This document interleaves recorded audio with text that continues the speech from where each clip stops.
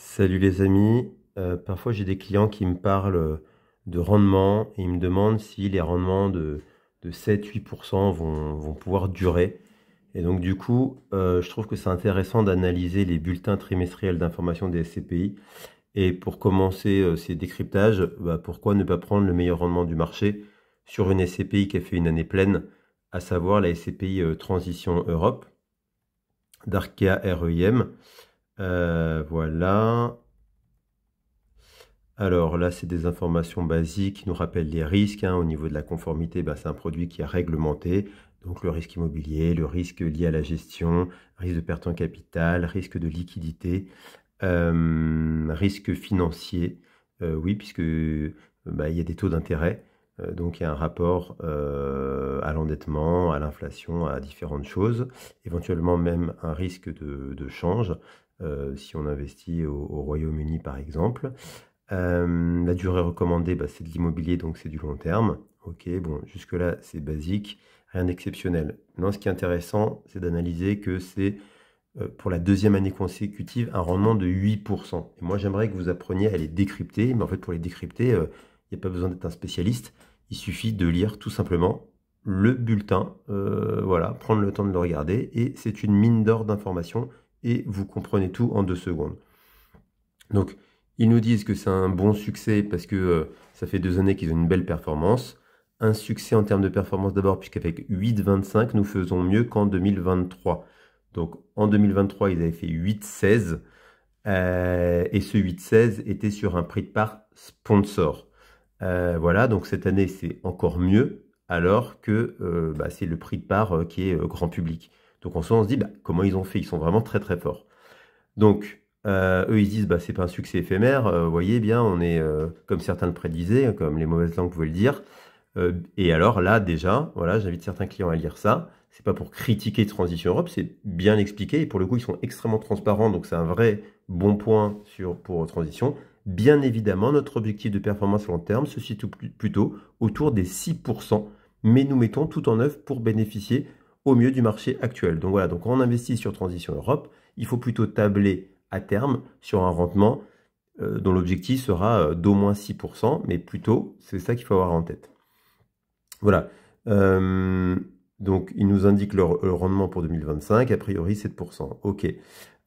Donc, c'est là aussi la meilleure collecte du marché, de 431 millions d'euros en 2024. Donc, peut-être qu'on peut se dire, et dont 142 millions d'euros sur le quatrième trimestre. Donc, on peut peut-être que se dire, c'est que dans un marché où il y a une espèce de crise immobilière liée à la hausse brutale des taux, c'est grâce à ça qu'ils ont réussi à faire leur performance. Donc, ils nous disent qu'ils ont déployé la collecte en moyenne en un peu plus de 2 mois et demi pour un délai de jouissance de 5 mois et acquis 20 actifs pour 345 millions d'euros.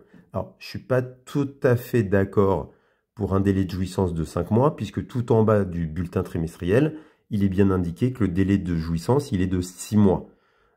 Donc ça, c'est le premier point. Voilà, ça peut paraître un détail, mais j'aime bien quand on dit les choses précisément. À la limite, on peut dire pour un délai de carence, mais pas un délai de jouissance. Il y a une carence de 5 mois et une jouissance au premier jour du 6e mois. Ils ont déployé, voilà, et là on a une information qui est extrêmement intéressante, la collecte en un peu plus de 2 mois et demi.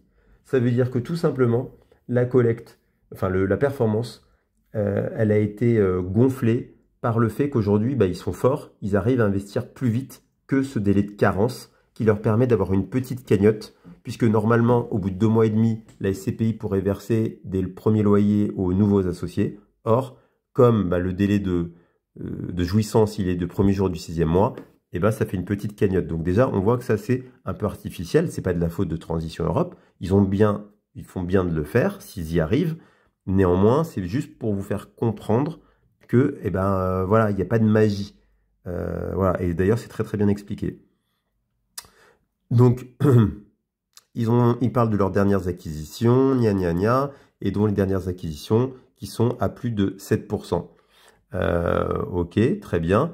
Transition Europe, le taux d'acquisition moyen des actifs immobiliers est de 7,3%. Donc là encore, j'ai une information qui est extrêmement intéressante et qui me dit quoi? Ça veut dire que le rendement économique lié au loyer que je perçois, c'est 7,30. Donc si je fais 7,30, je ne peux pas vous verser plus que du 6%. Et encore, ça c'est un rendement brut de toute fiscalité. Et on va voir ça un petit peu plus tard. Et le troisième point que je trouve intéressant, c'est qu'ils disent que ces acquisitions leur ont permis de constituer un portefeuille solide de 29 actifs pour une taille unitaire moyenne de 14 millions d'euros. Voilà. Donc eux, malgré la collecte qui est très importante, ils préfèrent rester sur des actifs de taille raisonnable, car c'est vrai qu'aujourd'hui, on voit qu'il y a certaines SCPI qui ont un problème que des grands actifs ont un problème de liquidité. Donc ça, c'est très très bien. Donc ça me va parfaitement. Voilà. Donc on va dérouler ça un petit peu plus tard, dans la suite du BT. Alors là, ils disent, est-ce que c'est pas trop? Ils disent oui, mais en investissant aux meilleures conditions actuelles, c'est-à-dire en pleine crise, avoir du cash, c'est vraiment génial pour faire de la performance. Qu'ils ont d'une part de la trésorerie qui rapporte de l'argent, maintenant, hein, comme les placements ont remonté. Donc on n'est plus sur des taux à zéro, donc quand on place son argent, ça vaut quelque chose. Et deuxièmement, ce fameux rapidité à investir. Voilà, mais attention, moi je vois tout de suite le risque. Investir en 2 mois et demi, c'est bien, mais peut-être que aussi il faut se donner le temps d'investir, parce que si on veut tout bien analyser, ça prend du temps. Voilà, donc tout ça, c'est des éléments aussi d'opportunité, mais aussi de menace pour cette SCPI.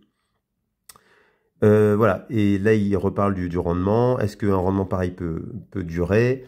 Il affiche un rendement moyen de 7,30 comme je vous disais. Voilà, et dans la durée, l'objectif il est plutôt entre 6 et 6,5%. Ok, voilà, donc bon, intéressant à retenir, on a une capitalisation maintenant quasiment d'1,5 milliard d'euros. Il y a une trésorerie disponible de 84 milliards d'euros, taux d'occupation excellent, c'est normal, ils viennent d'acquérir les biens immobiliers. Alors, là, on va voir un truc qui est super intéressant. Donc là, on a le découpage des dividendes bruts, et ce n'est pas les dividendes nets, puisque c'est une SCPI qui est 100% investie à l'étranger. Donc elle paye pour vous la fiscalité à l'étranger. Et là, j'arrive sur mon info qui est assez pertinente, et je les salue pour la clarté et la transparence de leurs informations. Donc avec 8,25 de distribution brute, le taux net de toute fiscalité étrangère, il est de 6,07%. Donc quand un client il me dit « Ah, mais ça fait du 8 », ça fait du 6,07 net de fiscalité étrangère. Voilà. Après, la performance générée est bien de 8,25, mais on l'a vu, il y a quand même des aides, des petits boosts qui permettent d'arriver à ce résultat-là. Ensuite, là, ils expliquent qu'ils ont un report à nouveau de 87 jours, donc ça fait 3 mois. Voilà, donc malgré un gros rendement, ils ont réussi à mettre de l'argent de côté. Alors le point négatif, c'est que ce report à nouveau, cet argent que vous mettez de côté, comme il est perçu par la SCPI, il vous est fiscalisé. Par contre,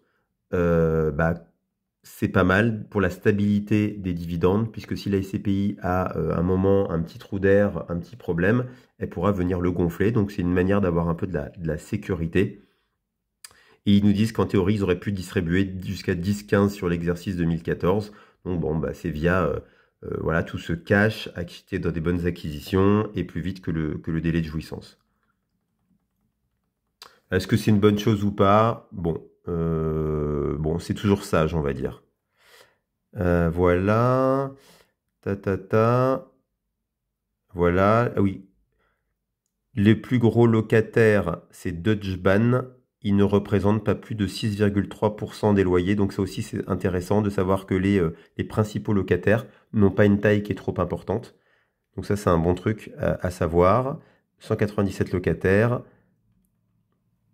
Voilà, une WAL, durée moyenne résiduelle des baux qui est assez longue. Donc ça, c'est pas mal. Sur les valeurs d'expertise, valeur de reconstitution, on est à 205 euros. Sur un prêt de part à 200, c'est-à-dire qu'on a un potentiel de plus-value de 5,84 divisé par 2, ça fait 2,77. Voilà, si je ne me trompe pas. Ensuite, pour ceux que ça intéresse, il y a des candidatures pour le conseil de surveillance jusqu'au 31 mars.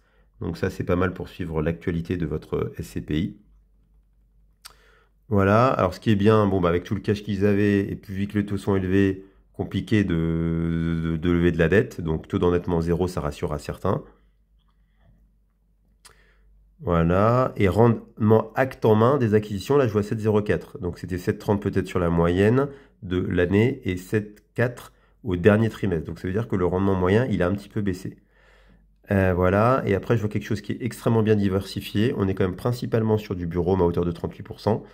Bah oui, forcément, quand on achète un commerce, la taille, c'est plus compliqué. Alors qu'un bureau, on est sur des montants tout de suite facilement plus élevés.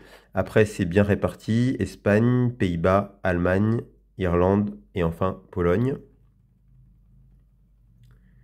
La petite carte. Alors, là, il y a un truc qui m'a interpellé. Au début, je me dis nickel. Au deuxième semestre, ils ont fait une acquisition à 12 millions d'euros, 10 millions. Donc, ils respectent bien ce qu'ils ont dit. Là, je vois un bureau qui est situé à Stuttgart.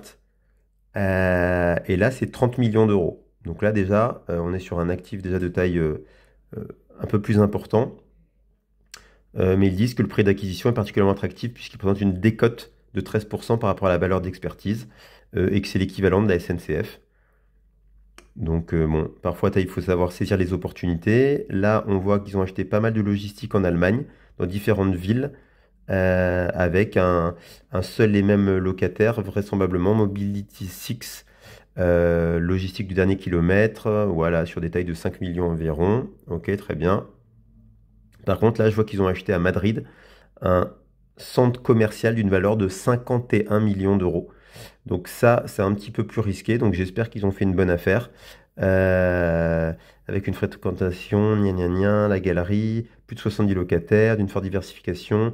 Son prix d'acquisition présente une décote significative par rapport à sa valeur d'expertise. Bon, ben voilà. Bon, là, on espère qu'ils ont acheté plus gros, mais qu'en contrepartie, ils l'ont très très bien acheté. Mais par contre, ils ne nous ont pas précisé le rendement.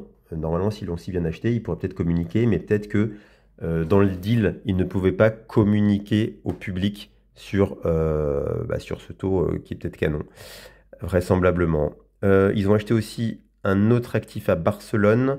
Qu'est-ce que c'est?